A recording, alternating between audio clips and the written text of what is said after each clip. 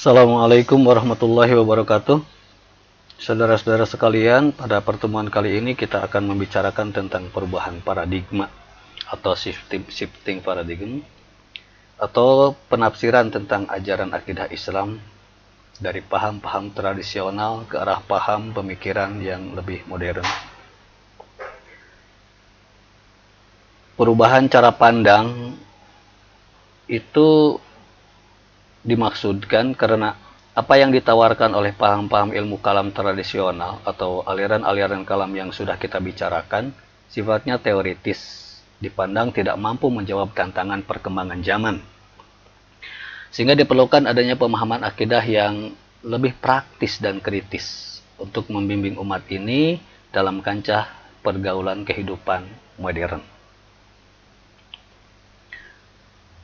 Apa yang menjadi persoalan-persoalan yang dipandang tidak relevan dari paham-paham kalam tradisional? Para ulama memandang bahwa dari sudut pandang keilmuan, paham-paham ilmu kalam tradisional dianggap memiliki kelemahan dalam berbagai aspeknya, baik dari sisi ontologi, epistemologi maupun aksiologinya. Secara ontologi, apa yang dibahas para ulama kalam klasik merupakan masalah-masalah yang mengawang-awang, tidak membumi. Pembahasan mengenai jatuhan, kekuasaan Tuhan atas manusia, hakikat penciptaan Al-Quran, kehidupan setelah mati, dan sebagainya, itu merupakan masalah-masalah yang hanya ada dalam tataran rasional, hanya ada dalam tataran ideasional seseorang. Sedangkan masalah real yang dihadapi umat saat ini adalah masalah-masalah yang lebih kompleks dan itu tidak tersentuh oleh pemikiran-pemikiran seperti itu. Kemudian secara epistemologis, pemahaman terhadap ayat-ayat Al-Quran atau hadis Rasulullah yang berkaitan dengan masalah akidah bersifat atomistis atau parsial.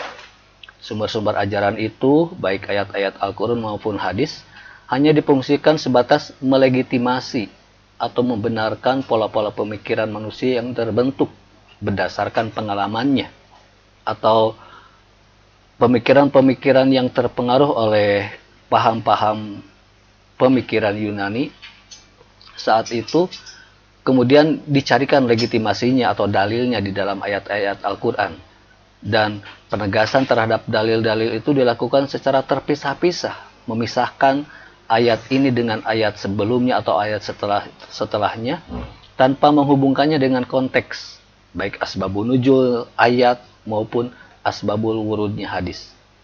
Sedangkan dari sisi kebahasaan, sumber-sumber ajaran itu dipahami secara tekstual, tanpa mencoba untuk menggali secara lebih jauh hasanah kekayaan dari makna sumber-sumber itu secara metaforis.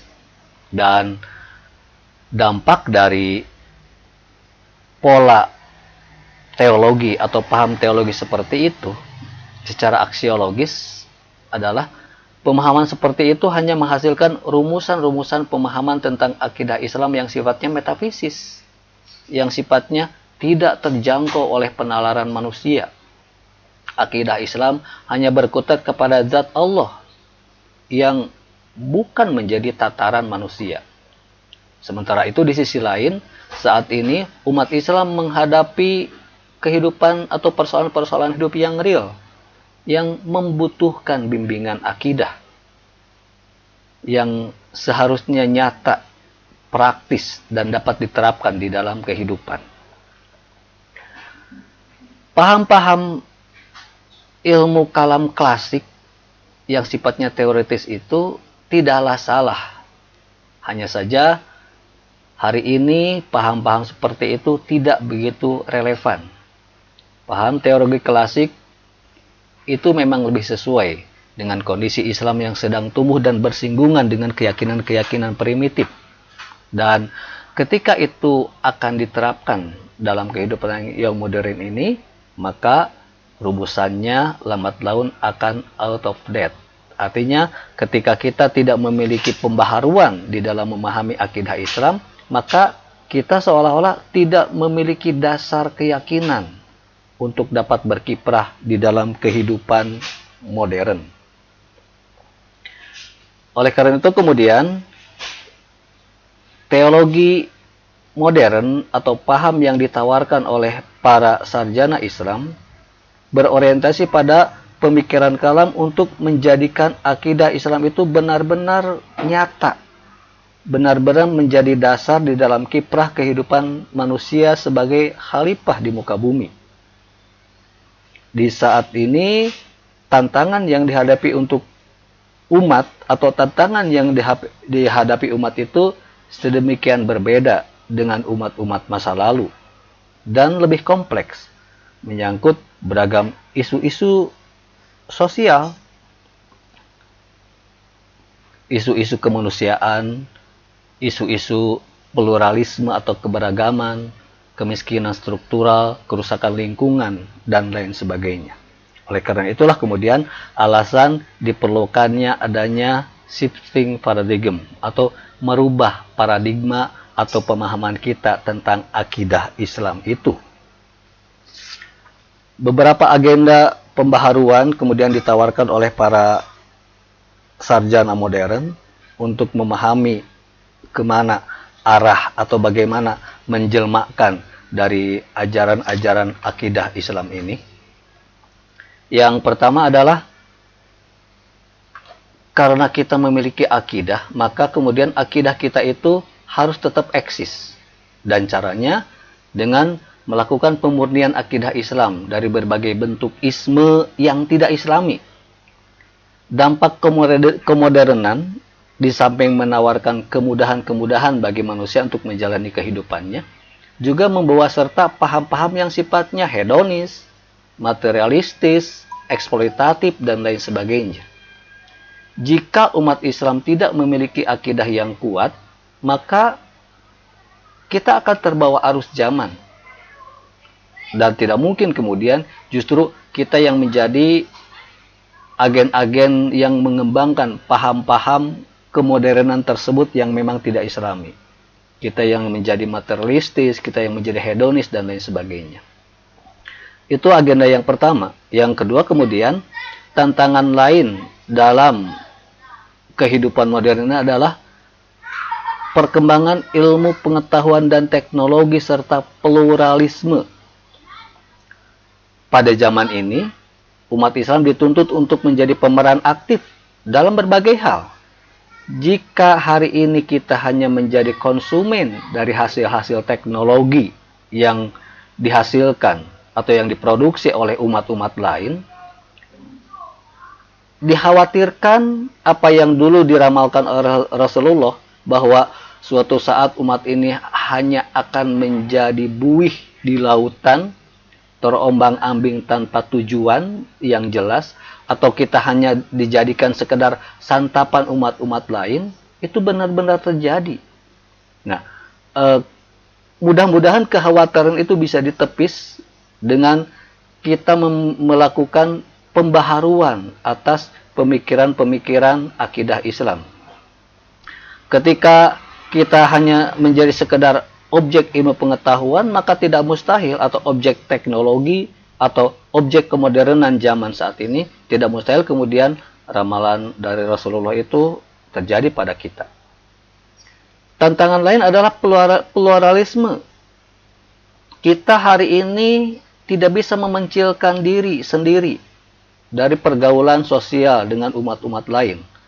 Ketika kita merasa hebat sendiri, merasa paling benar, tanpa melakukan dialog di dalam menyelesaikan berbagai permasalahan global, atau kita lebih menghindari perbedaan-perbedaan di dalam menyelesaikan masalah-masalah itu, memandang umat lain tidak layak hidup dalam kebersamaan, atau memencilkan diri secara eksklusif dalam sebuah negara Islam misalnya yang digembar-gemborkan sebagai negara khilafah, maka kita akan dikucilkan dari pergaulan internasional. Sementara itu, masalah-masalah yang harus kita selesaikan saat ini adalah masalah-masalah yang harus melibatkan seluruh umat manusia. Harus adanya kerjasama antar umat beragama. Yang ketiga, agenda pembaruan itu adalah sebagai bentuk dari adanya perubahan paradigma, maka umat Islam dituntut untuk merealisasikan nilai-nilai akidahnya atau ajaran-ajaran Islamnya yang mampu mengadvokasi berbagai ketimpangan sosial. Ajaran-ajaran Islam itu dituntut untuk dapat menjawab apa yang menjadi permasalahan dunia saat ini. Masalah lingkungan hidup misalnya, ketimpangan sosial, keterbelakangan ekonomi, kemiskinan, kesetaraan gender, ketidakmerataan pendidikan, kebebasan berekspresi, dan lain sebagainya. Itu yang menjadi tantangan-tantangan real hari ini. Bukan hal-hal yang sifatnya metafisis lagi. Gambaran Muhammad Iqbal tentang apa sih definisi dari kafir dan muslim itu mungkin bisa dilihat dari salah satu karyanya. Kurang lebih maknanya adalah kalau kita mau mengatakan seseorang itu kafir, maka kita harus tahu tentang apa sih ciri-cirinya. Jangan-jangan yang kafir itu kita. Menurut Iqbal, ciri-ciri orang kafir itu adalah orang yang tidak memiliki pendirian, bingung dalam menghadapi tantangan kehidupan, dan pada akhirnya terbawa arus zaman. Sementara yang disebut sebagai seorang muslim atau mukmin seharusnya adalah menjadi sosok-sosok yang teguh dalam menghadapi berbagai persoalan hidup. Karena keteguhan imannya atau kekuatan akidahnya tidak terbawa arus zaman, tapi justru umat Islam itu yang agamanya ya'lu wala yu'la alaih, yang agamanya rahmatan lil alamin, mestinya menjadi pemeran utama dalam mengarahkan segenap umat Tuhan, segenap umat manusia kepada peradaban kemanusiaan yang lebih baik.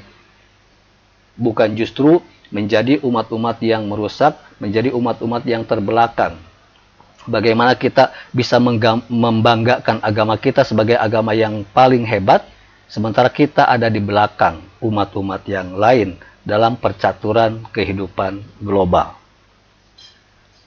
Beberapa hal kemudian yang ditawarkan sebagai bentuk rekonstruksi terhadap pemahaman akidah Islam itu adalah sebagaimana yang ditawarkan di dalam slide ini, pemahaman atau pandangan dari konsep Tuhan dari Al-Ilah ke Ar-Rabb, pandangan tentang Nabi yang tidak sekedar ditempatkan sebagai sosok yang al-maksum tapi juga menjadi al-uswah, pandangan tentang manusia yang ideal itu bukan sekedar al-makhluk yang memiliki kemampuan atau tidaknya, tapi sebagai khalifatullah fil ar.